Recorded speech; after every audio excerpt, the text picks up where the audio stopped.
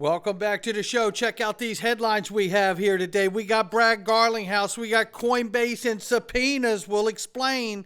And how about Debit, Mastercard and Xumm Wallet and Operation X, a call to action every one of us should be taking up. We got that and so much more. Somebody roll that beautiful intro.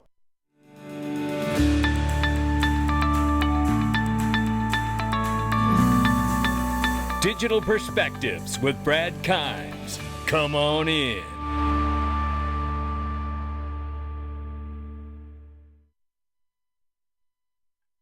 Welcome back to the show. You can follow us on Twitter and YouTube for exclusive content. Right now, $1.47 trillion market cap for crypto. The market is up 1.1%, 37,300 plus for Bitcoin, 2,000 and change for Ethereum. We see 88.9 billion plus here for Tether. Could be an all-time high.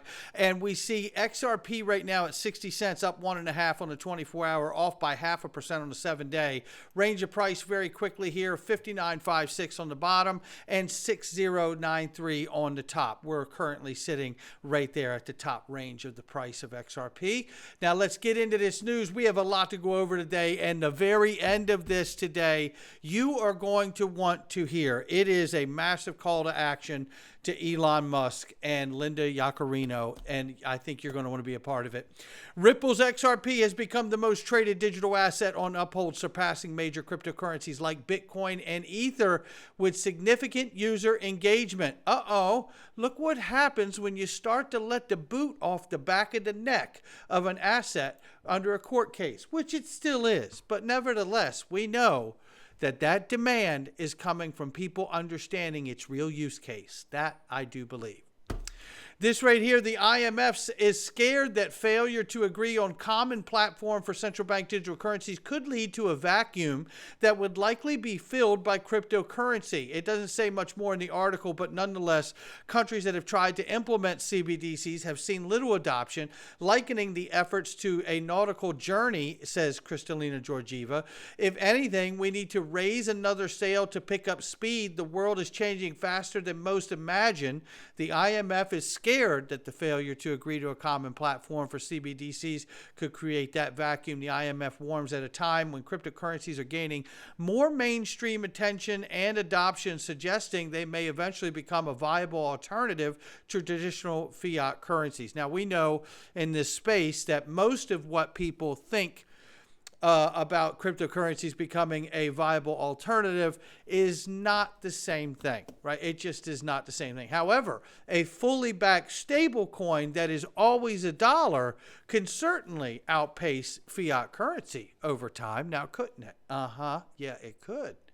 Now, let's take a look at this, because this may be why the IMF is so scared, because China's central bank digital currency development is in its final stages, while the rest of the world is in some shape or form of getting this done, according to the former governor of the People's Bank of China, indicating a significant stride towards the country's digitalization of its financial system. So there is geopolitical pressure to get this done. Now we see relationships deepening with China over expanding into the digital yuan, with Standard Chartered now venturing into the water with them. So this is not stopping, right? And this adoption is going into retail trading with exchange services. So you can see where this integration and implementation of this use is happening. We do not want China to be the leader in this race. I can guarantee you that much.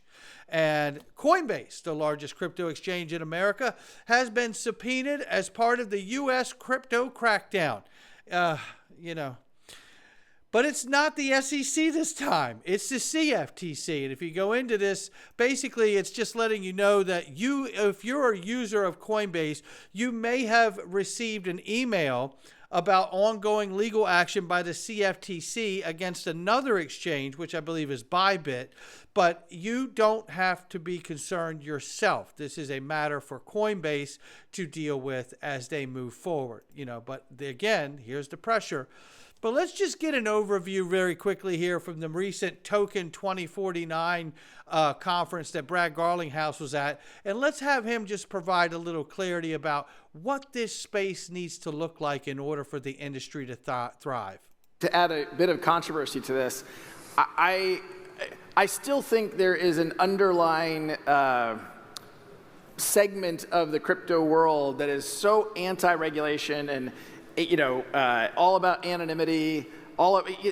In my judgment, if we want this industry to thrive and achieve, I think, what it can to fundamentally rewire how financial infrastructure works, we can't pretend that like government regulation doesn't matter. Exactly. And I still think, frankly, one of the problems in the United States is you have, even within the industry, infighting, right? You've got these various, lobbying organizations in the United States, in Washington, D.C., with lots of members from the crypto community, and they all don't agree. And see, now that's a big point right there. So the lobbying associations need to be on the same page, delivering the same message, because if they're all going into different congressional people's offices and delivering a different message, then it's going to take longer to get to a common goal. And so, I've been to Capitol Hill. I'm sure maybe both of you have as well.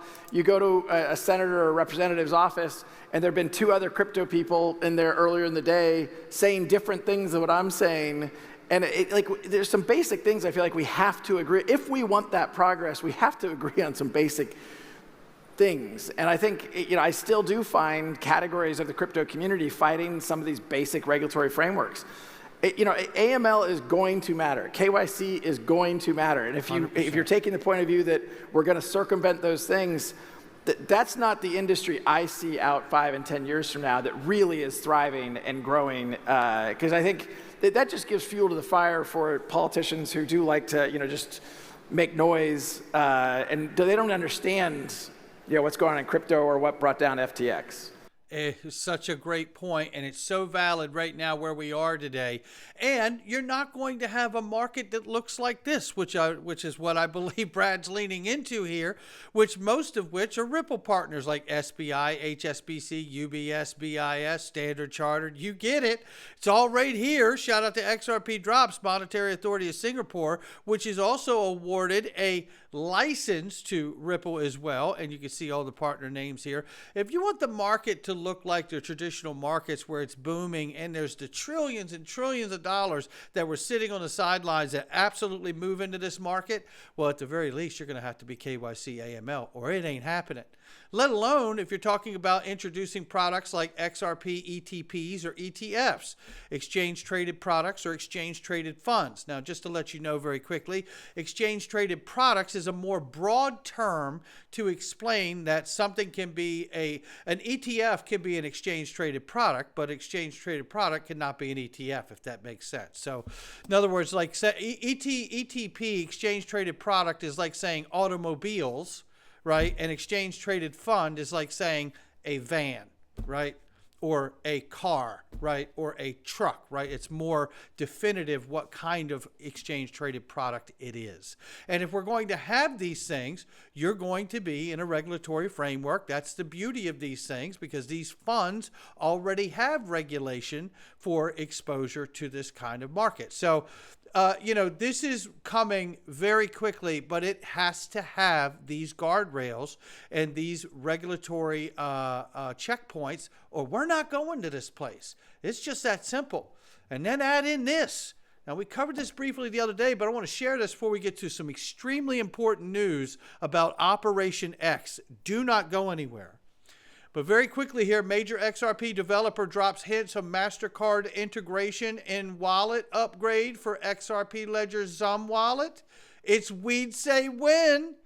Somebody said debit cards and Xumm is all I want. And he comes back and says, working on this, debit Mastercard, self-custody, card authorization with custom on-ledger limits and your account using a hook. I tell you, I don't even know if these guys sleep over there. If these ladies and gentlemen over here, XRP Ledger Labs, I don't even know if they sleep. It's unbelievable what they're working on. Shout out to them. You make that connection, boy, and have you really done something? I mean, really done something.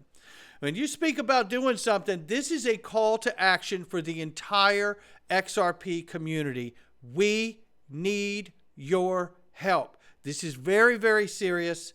We know that MetaLawMan, attorney James Murphy, was silenced and taken out on X.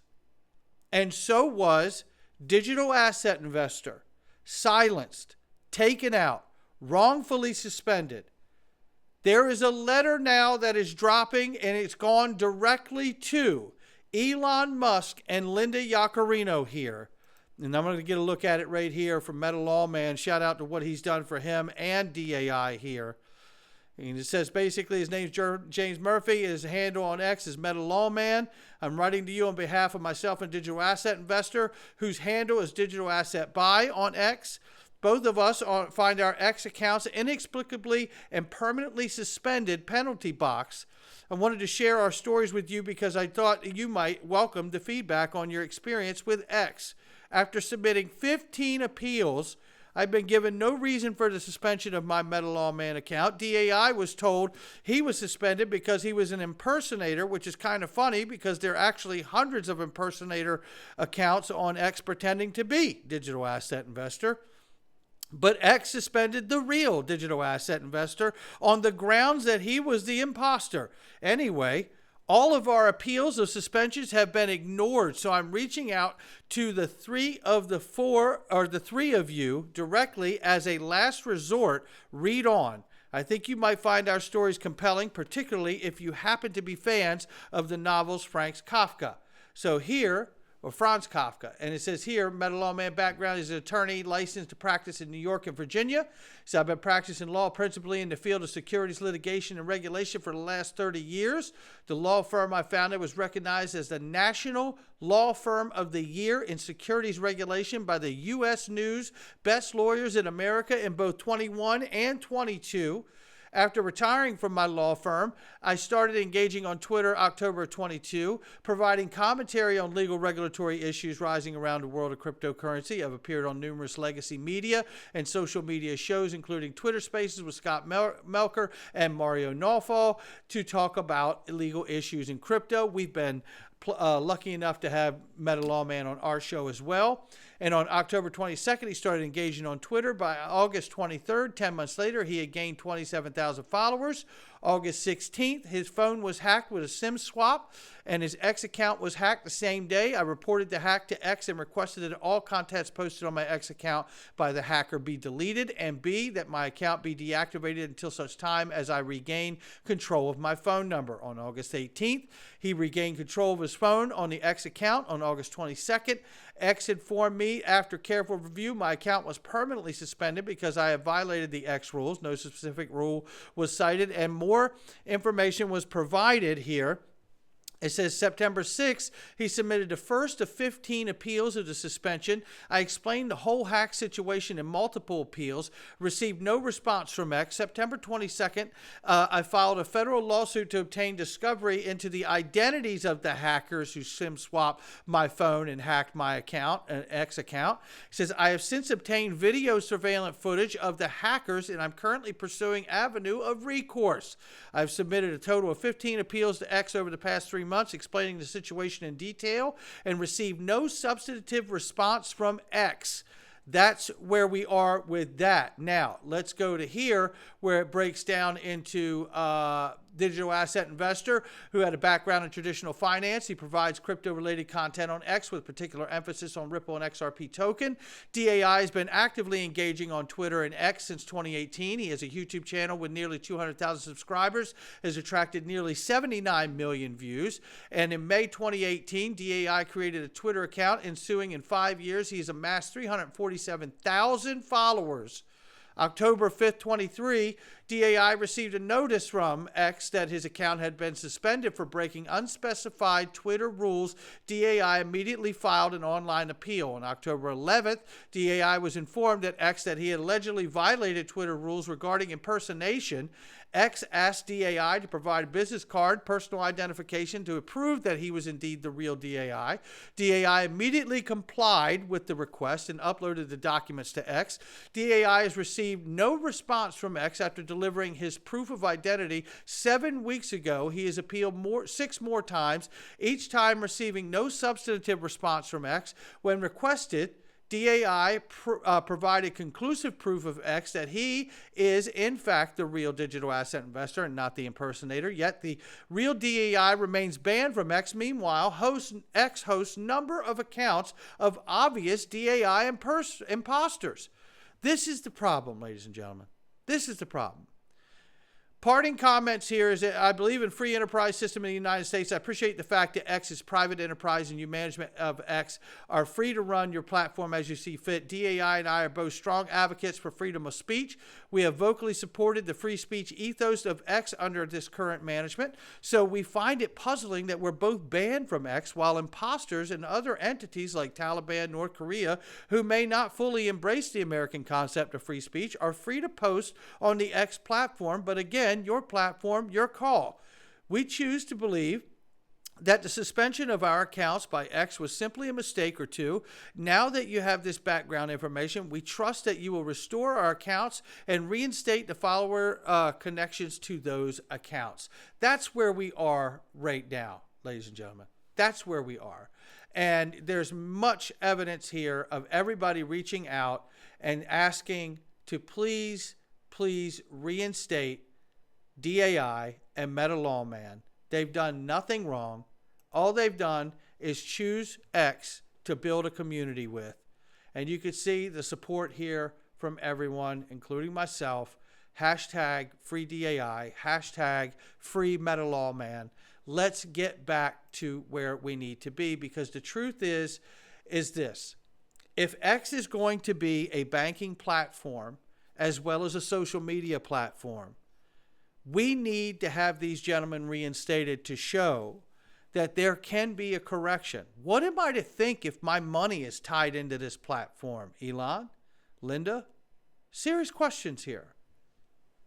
What is the recourse if there is a wrongful suspension or termination? Well, what is the recourse to my money and the access to my money, let alone the community I've built? These are very real questions. And I'm asking each one of you to go out here today and to retweet this. Post if you can't retweet. Make a post. Tag Elon Musk. Tag Linda Yaccarino at Linda YAX, capital X. And you know Elon Musk is all lowercase. Elon Musk, no spaces. We need to get this done because I want to see freedom of speech on this platform respected. I want to see this platform grow because it does honor freedom of speech. But I also want to see this platform grow because they've figured out how to protect the original account creators on this platform as well. Look, that's going to do it for me. Make sure you join us in the Freedom Zone. We're talking about what Richard Nixon already knew, ladies and gentlemen, the real version of Watergate, and so much more inside the Freedom Zone. Just go to digperspectives.com or click the link underneath the video, and we'll catch all of you there. Not financial advice from me or anyone else. We'll catch all of you on the next one. Hashtag free DAI.